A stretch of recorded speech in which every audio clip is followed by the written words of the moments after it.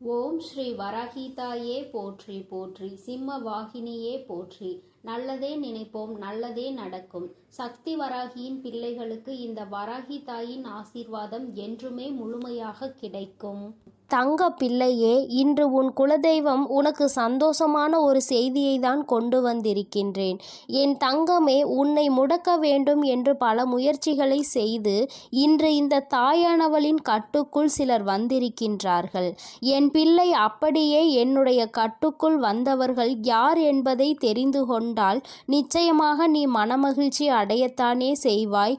அந்த மனமகிழ்ச்சியை உன்னிடத்தில் இருந்து காண்பதற்காக தான் இன்று உன்னுடைய தாயானவள் உன்னை காண வந்திருக்கின்றேன். என் தங்கமே, உன்னுடைய வாழ்க்கையில் உன்னை சுற்றி சூழ்ச்சிகள் பலவிதமாக நடந்தது. சிலர் உன்னை பார்த்து பொறாமை கொண்டார்கள், சிலர் உன் மீது கண் திஷ்டியினை வைத்தார்கள். ஆனால் ஒரு சிலர் உன்னை முடக்கி அழிக்க வேண்டும் என்று நினைத்தார்கள். அவர்களுக்கு உன்னை கண்டாலே நீ இன்னமும் இருந்து கொண்டிருக்கிறாயே என்பது போன்ற ஒரு எண்ணம்.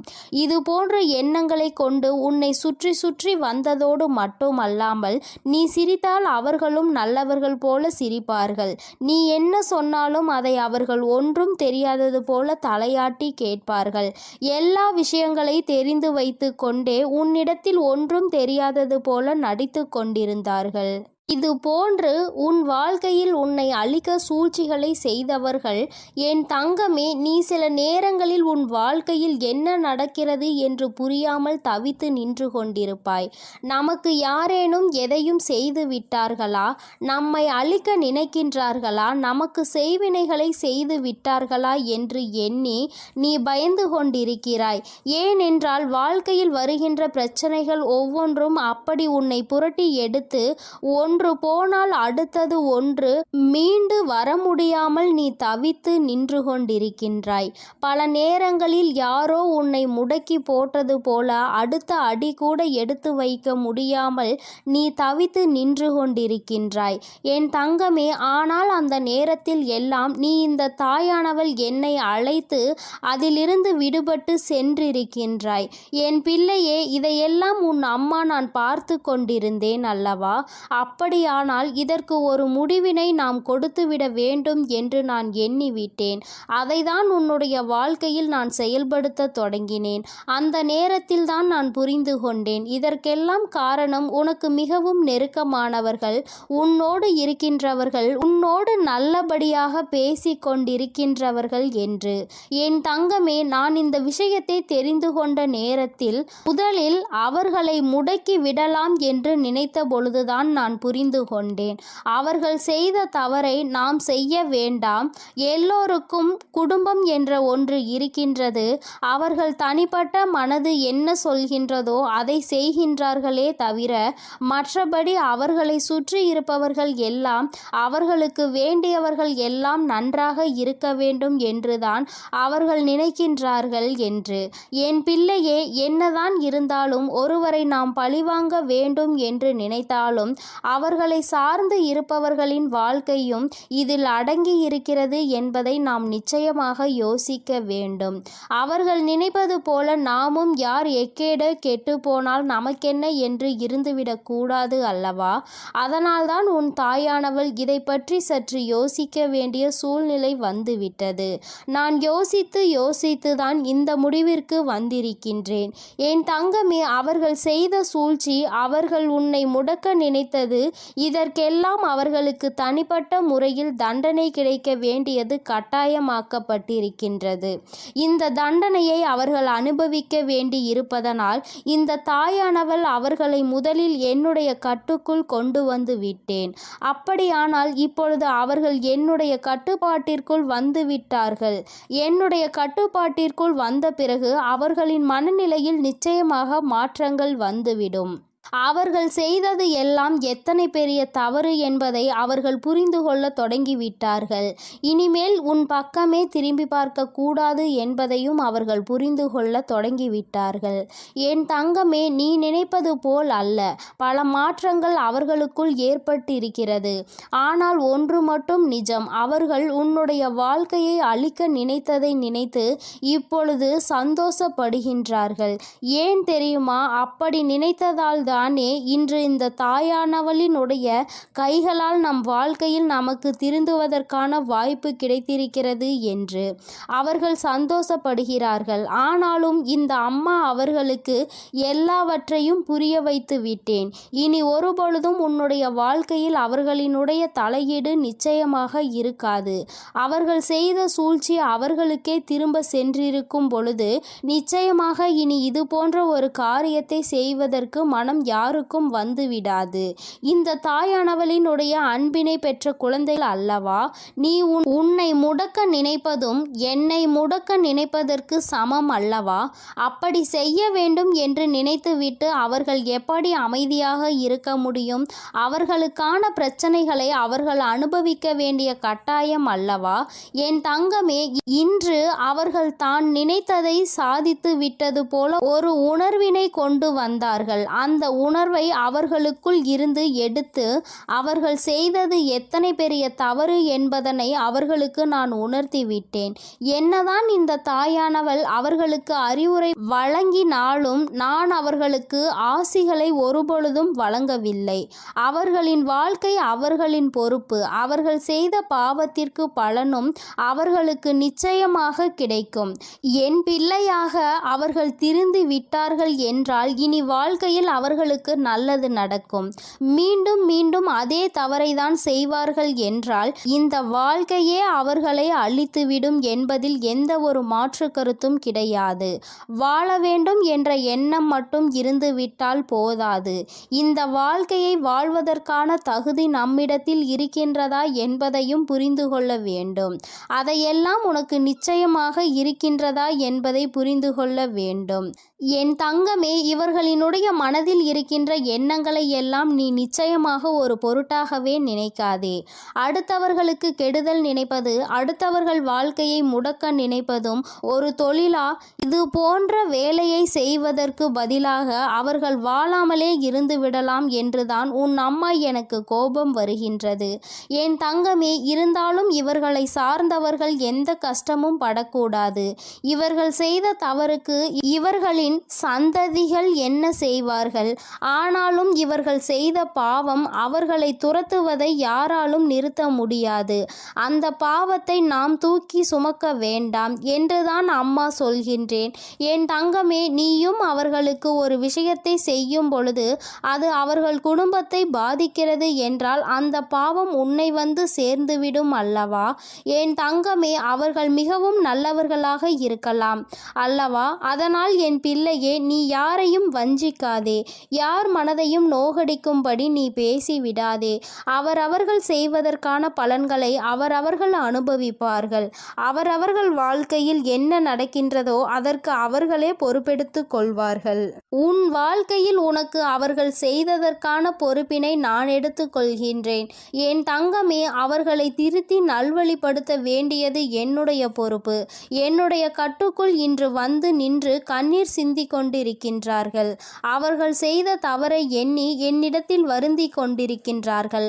அம்மா, அவர்களை காப்பது நீ என்று தெரிந்திருந்தால் நான் நிச்சயமாக இது போன்ற தவறுகளை எல்லாம் செய்திருக்க மாட்டேன். தெய்வம் அவர்களுக்கு துணை நிற்கும் என்பதை அந்த நேரத்தில் நான் அறியவில்லை. இப்பொழுது எல்லா தவறையும் உணர்ந்து விட்டேன். இனி தெய்வத்தின் மீது எனக்கு நம்பிக்கை வந்துவிட்டது. தெய்வத்தின் மீதான பயமும் எனக்கு வந்துவிட்டது. அதனால் எந்த ஒரு தீங்கினையும் இனி ஒரு நாளும் செய்ய மாட்டேன் என்று அவர்கள் மனம் வருந்தி மன்னிப்பினை கேட்டு விட்டார்கள். என் தங்கமே, இனி ஒரு நாளும் நீ இதனை நினைத்து மனம் கலங்க வேண்டாம். இனி உன்னுடைய வாழ்க்கையில் எல்லாமே நீ நினைத்தது போல நடக்கும். இந்த எதிரிகள் இல்லாத, இந்த துரோகிகள் இல்லாத நிலையை உனக்கு வாழ்க்கையில் உருவாக்கி கொடுக்கும் நேரம் வந்துவிட்டது. சூழ்ச்சிகளை யார் செய்தாலும் இந்த தாயானவளின் கைகளால் அவர்களுக்கு தண்டனை நிச்சயம் என்பதை புரிந்துகொள். உடனே நீ நடக்கவில்லை என்பதற்காக மனதை தளரவிட்டு விடாதே.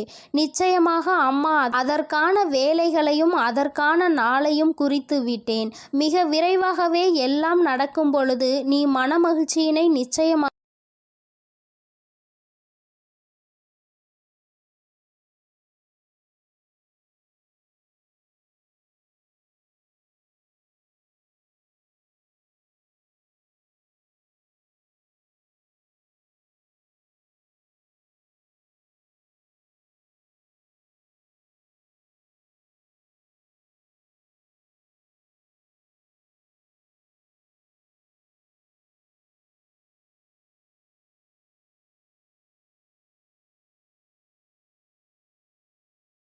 நான் சென்று கொண்டிருக்கிறேன் என்பதையும் நீ மறந்து விடாதே.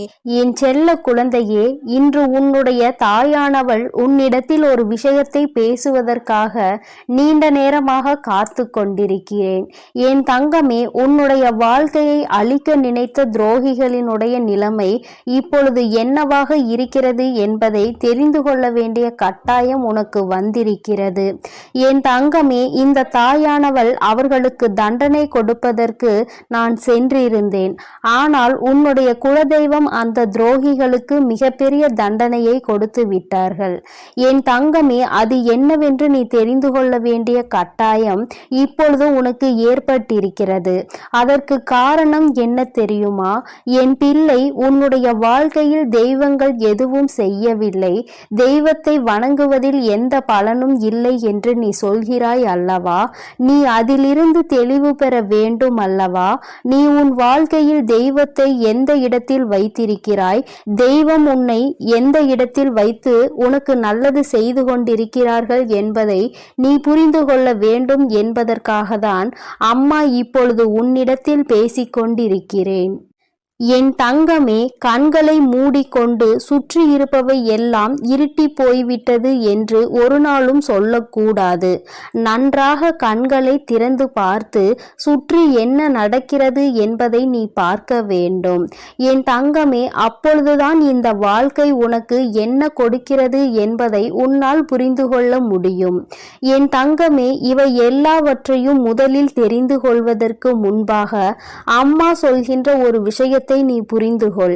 என் தங்கமே, ஒருவருக்கு உன்னை போராடி உன்னுடைய நிலைமையை நீ புரிய வைக்க வேண்டும் அல்லது உன்னுடைய சூழ்நிலையை புரிய வைக்க வேண்டும் என்ற நிலை உனக்கு வரும் என்றால், என் தங்கமே, உன்னுடைய மனதோடு சில நொடிகள் போராடி அவர்களை விட்டு நீ மறந்து விலகி செல்வது மிகவும் நல்லது.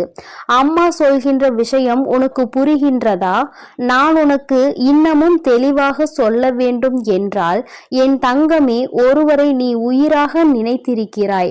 ஆனால் அவர்கள் உன் மீது தேவையில்லாமல் சந்தேகம் கொள்கிறார்கள் என்றால், என் தங்கமே, அதை பல முறை நீ புரிய வைக்க முயற்சி செய்தும் பலனளிக்கவில்லை என்றால், அந்த நேரத்தில் நீ சொல்ல வேண்டிய விஷயம் உண்மையான அன்பு என்றால் நிச்சயமாக நீ சொல்கின்ற விஷயம் புரிந்துவிடும்.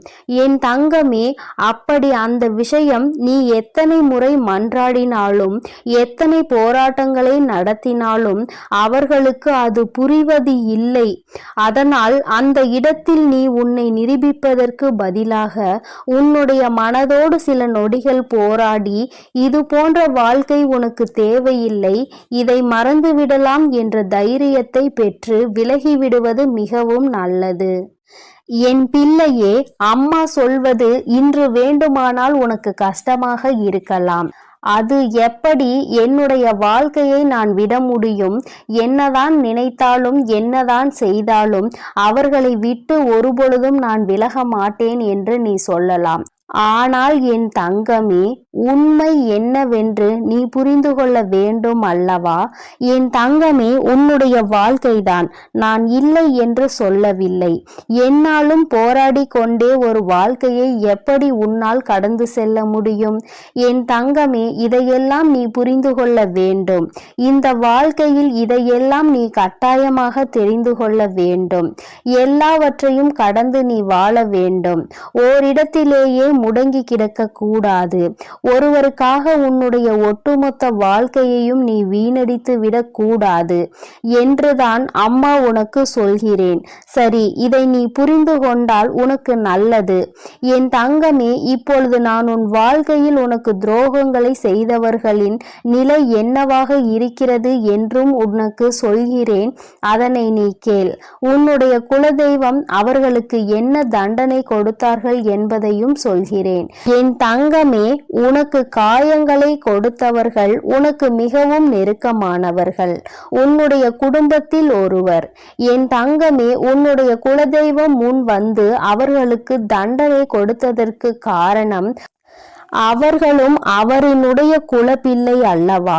தன்னுடைய பிள்ளைகள் நல்லது செய்தால் சந்தோஷப்படுபவர்கள் தன்னுடைய பிள்ளை தவறு செய்தாலும் அதனை நிச்சயமாக தட்டி கேட்டு விடுவார்கள் என்பதில் எந்த ஒரு மாற்றமும் கிடையாது. என் தங்கமே, இப்பொழுது உன் வாழ்க்கையில் அதுதான் நடந்திருக்கிறது. உன்னுடைய குலதெய்வம் அவர்களுக்கு கொடுத்திருக்கிற தண்டனை எதிரிக்கு கூட வரக்கூடாது என்று நான் சொல்லி முடித்ததும் நீ நிச்சயமாக நினைப்பாய். ஏனென்றால் அவர்களுக்கு கொடுத்த தண்டனை அப்பேற்பட்ட தண்டனை. என் தங்கமே, குலத்தில் இருந்து கொண்டு எல்லோருமே ஒரே உறவாக இருந்து கொண்டு தன்னுடைய குலத்தில் இருக்கின்ற மற்றவர்களுக்கு காயத்தை கொடுப்பது நியாயமற்றது. இதையெல்லாம் கேட்பதற்கு யாரும் இல்லை என்று அவர்கள் நினைத்து விட்டார்களா? இந்த குலதெய்வம் எதற்காக இருக்கின்றார்கள் என்பதை புரிந்து கொள்ளாமல் அவர்களினுடைய ஆட்டம் அதிகமாகி விட்டது. இந்த ஆட்டத்தை நான் இப்பொழுது நிறுத்தவில்லை என்றால் இனி அவர்களை யாராலும் கட்டுப்படுத்த முடியாது. இதற்கு இவர்களுக்கு நான் கொடுக்கக்கூடிய தண்டனை அவர்கள் காலத்திற்கும் மறக்க முடியாத தண்டனையாக இருக்க வேண்டும். அதற்காக அவர்கள் செய்த விஷயம் என்ன தெரியுமா? அங்கே அவர்கள் உன்னுடைய துரோகியாக இருப்பவர்களுக்கு கொடுத்த தண்டனை அவர்கள் எப்பொழுது வேண்டுமானாலும் குலதெய்வத்தின் சன்னதிக்கு வரலாம், குலதெய்வத்தை வணங்கலாம், குலதெய்வத்திடம் என்ன வேண்டுமானாலும் கேட்கலாம். உன்னுடைய குலதெய்வம் ஒருபொழுதும் அவர்களினுடைய வேண்டுதல்களை செவி கொடுத்து கேட்க மாட்டார்கள். இவர்கள் என்ன சொல்ல வருகிறார்கள் என்பதை கூட திரும்பி பார்க்க மாட்டார்கள். அவர்களின் கண்ணீரை துடைக்க ஒரு நாளும் வரமாட்டார்கள். இப்படி ஒரு பிள்ளை தனக்கு இருந்ததையே அவர்கள் மறந்து விட்டார்கள். அவர்கள் முன்னால் வந்து நின்றால் கூட அவர்களால் குலதெய்வத்தால் அவர்களை உணர முடியாது. அந்த அளவிற்கு அவர்களுக்கு தண்டனையை அவர்கள் கொடுத்து விட்டார்கள். குலதெய்வம் கொடுத்த தண்டனை தன்னுடைய குலப்பிள்ளை என்ற அந்தஸ்தை தன்னிடம் இருந்து அவர்கள் பறித்து விட்டார்கள். நீ இனிமேல் என்னுடைய குழந்தை இல்லை, நான் உன்னுடைய குலதெய்வம் இல்லை என்று சொல்லி அவர்களுக்கு மிகப்பெரிய தண்டனையை கொடுத்து விட்டார்கள். என் தங்கமே, இப்பொழுது நீ நினைக்கலாம், அம்மா இவர்களுக்கு இந்த தண்டனையை குலதெய்வம் கொடுக்கிறார் என்பதை இவர்கள் எப்படி புரிந்து கொள்வார்கள், இதனை எப்படி அவர்கள் உணர்ந்து கொள்வார்கள் என்று நீ நினைக்கிறாய் அல்லவா? நிச்சயமாக ஒரு நாள் அவர்கள் புரிந்து கொள்வார்கள். எப்பொழுது தெரியுமா? வாழ்க்கையில் அதிக அடிபட்டு வாழ்க்கையில் மிகுந்த வேதனைப்பட்டு இனிமேல் எதுவுமே இல்லை என்கின்ற நிலை வந்துவிட்ட பிறகு அவர்கள் இதனை புரிந்து கொள்வார்கள். அப்பொழுது அவர்கள் தன்னுடைய ஜாதகத்தை எடுத்து கொண்டு போய் ஜோசியரிடம் சென்று பார்ப்பார்கள். அன்று அங்கு கிடைக்க போகின்ற பதில் என்ன தெரியுமா? உன்னுடைய வாழ்க்கையில் உன்னுடைய குலதெய்வம் உன்னை காக்க நிற்கவில்லை. நீ உன்னுடைய குலதெய்வத்திடம் இருந்து ஒதுங்கி வைக்கப்பட்டிருக்கிறாய். நீ செய்த பாவங்கள் எல்லாம் உன்னை துரத்தி அடித்து கொண்டிருக்கிறது. அதனால் உன் குலதெய்வம் உனக்கு கொடுத்த தண்டனையில் இருந்து உன்னால் ஒருபொழுதும் தப்ப முடியாது. ஒருவேளை நீ மனம் திருந்தி விட்டாயானால் இனிமேல் யாருக்கும் எந்த தவறுகளும் செய்ய மாட்டாய் என்றால் உன்னை மன்னிக்க வேண்டியது உன்னுடைய குலதெய்வம்தான். ஏனென்றால் இன்று உன்னுடைய இந்த நிலைக்கு அவர்கள் உன்னை ஒதுக்கி வைத்ததுதான், அவர்கள் உன்னை கண்ணெடுத்து பாராமல் இருப்பதுதான் காரணம். அதனால் அவர்களின் காலடிதான் உனக்கு நிரந்தரமான தீர்வு என்பதை அவர்கள் புரிய வைப்பார்கள். என் தங்கமே, இது போன்ற சூழ்நிலையை அவர்கள் வாழ்க்கையில் நான் உருவாக்கி கொடுத்து விடுவேன். அதனால் யார் என்ன கெடுதல் செய்தார்கள் என்பதை எல்லாம் நினைத்து நீ வேதனைப்பட்டு கொண்டிருக்காதே. துரோகங்கள் செய்பவர்களும் மற்றவர்கள் வாழ்க்கையை கெடுப்பவர்களும் நல்லபடியாக வாழ்ந்து கொண்டிருக்கிறார்கள் என்று நீ ஒருபொழுதும் நினைத்து கொண்டிருக்காதே. என் தங்கமே, உன்னுடைய எண்ணங்கள் போல இந்த வாழ்க்கையில் நிச்சயமாக பல நல்ல விஷயங்களை இந்த தாயானவள் சொன்னால் நான் உனக்கு நடத்தி காட்டுவேன். இன்று உன்னுடைய துரோகியின் நிலை என்னவென்பதை நீ புரிந்து கொண்டாய் அல்லவா? நான் உனக்கு சொல்வதும் இதைத்தான். துரோகிகள் செய்தது போல அவருடைய வாழ்க்கையில் யாருக்கும் எந்த ஒரு துரோகத்தையும் நீ செய்துவிடக் கூடாது. அதில் எப்பொழுதுமே நீ அதிக கவனத்தோடு இருக்க வேண்டும். இந்த வாழ்க்கையில் உனக்கு எதுவெல்லாம் கிடைக்க வேண்டும் என்று இருக்கின்றதோ அதையெல்லாம் நீ சந்தோஷமாக பெற்றுக்கொள்ள வேண்டும். எந்த ஒரு சூழ்நிலையிலும் குலதெய்வத்தின் சாபத்திற்கும் குலதெய்வத்தினுடைய வேதனைக்கு மட்டும் நீ ஆளாகி நின்றுவிடக் கூடாது. இது ஒன்றே போதும் உன்னை நல்ல நிலைக்கு கொண்டு வருவதற்கு. என் அன்பு பிள்ளையே, இந்த தாயானவளினுடைய ஆசீர்வாதங்கள் உனக்கு எப்பொழுதும் முழுமையாக இருக்கும். அதனால் நீ எதற்காகவும் கலங்காதே, எதை நினைத்தும் வருந்தாதே.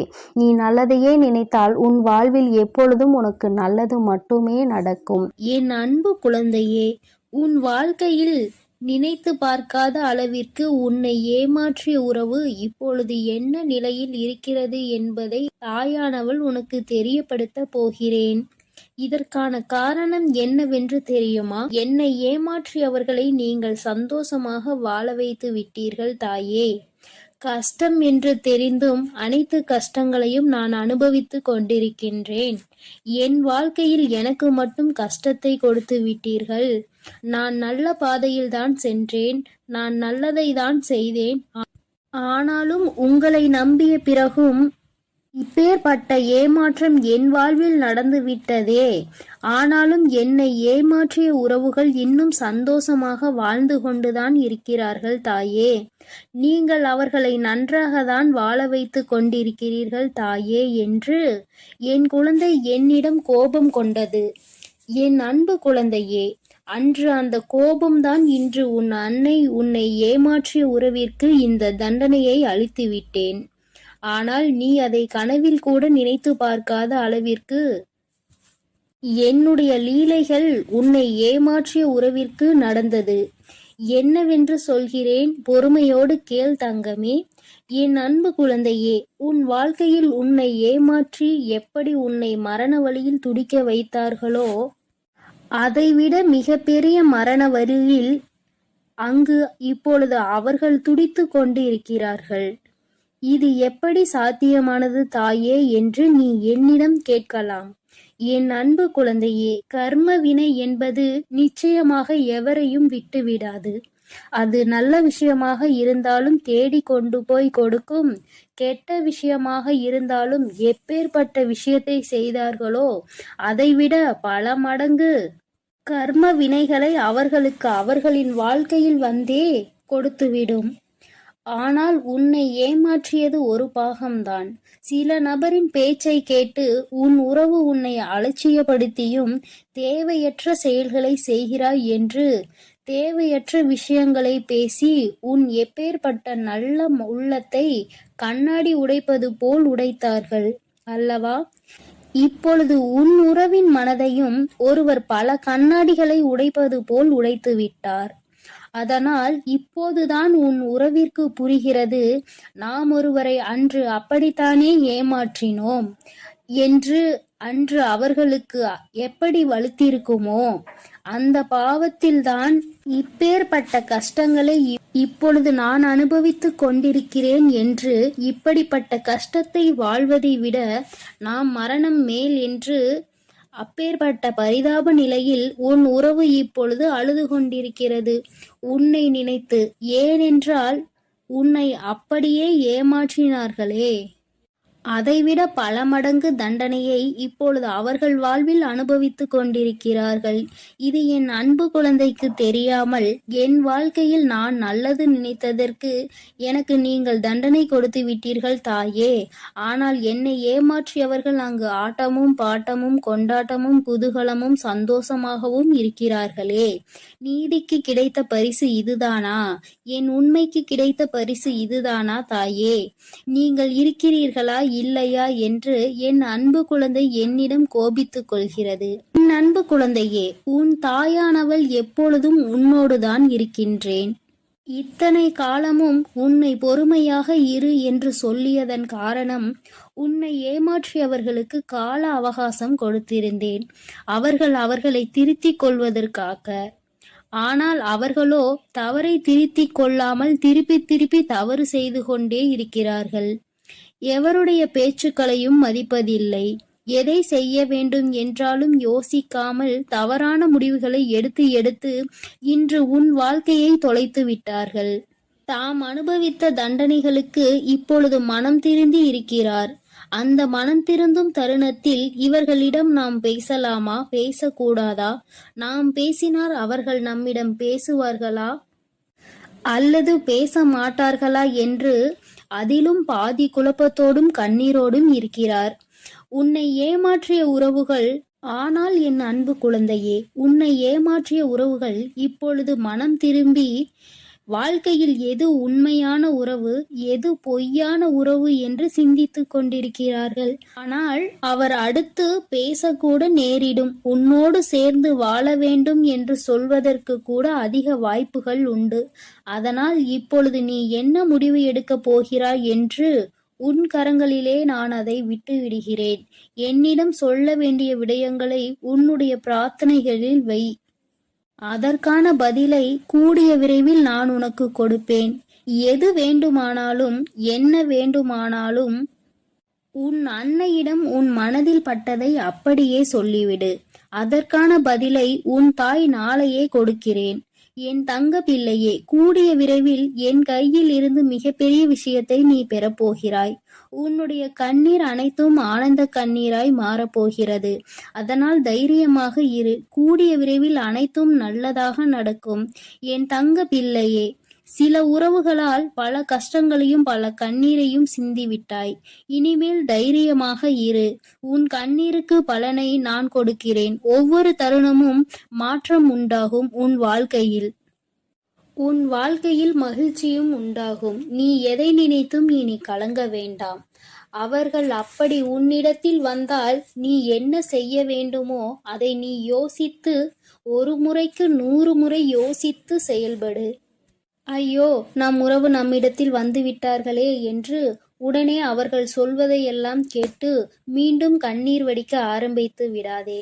ஏனென்றால் அவர்கள் உன்னை முழுமையாக ஏற்றுக்கொண்டாலும் முழுமையாக திரிந்து விட்டார்களா என்பது நீ அவர்களோடு பழகும்போதுதான் உனக்கு புரியும்.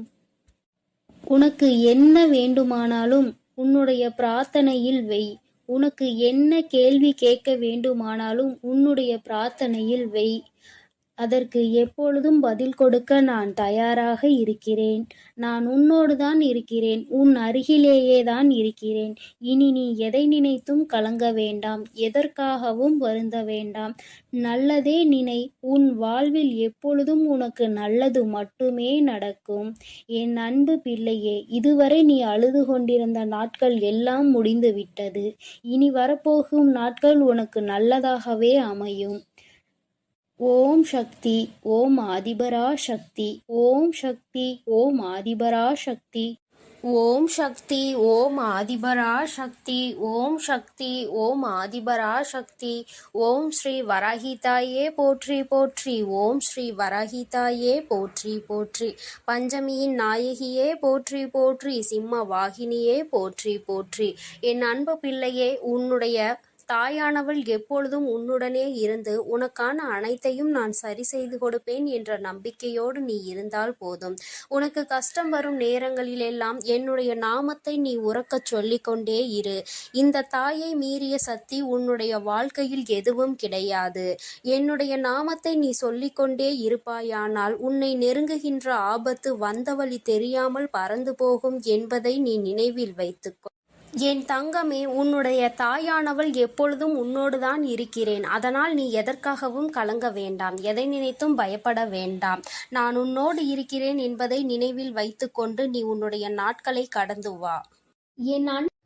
என் அன்பு குழந்தைக்கு இந்த ஆதிபரா சக்தியின் அன்பும் ஆசீர்வாதமும் முழுவதுமாக கிடைக்கும். ஓம் சக்தி, ஓம் ஆதிபரா சக்தி.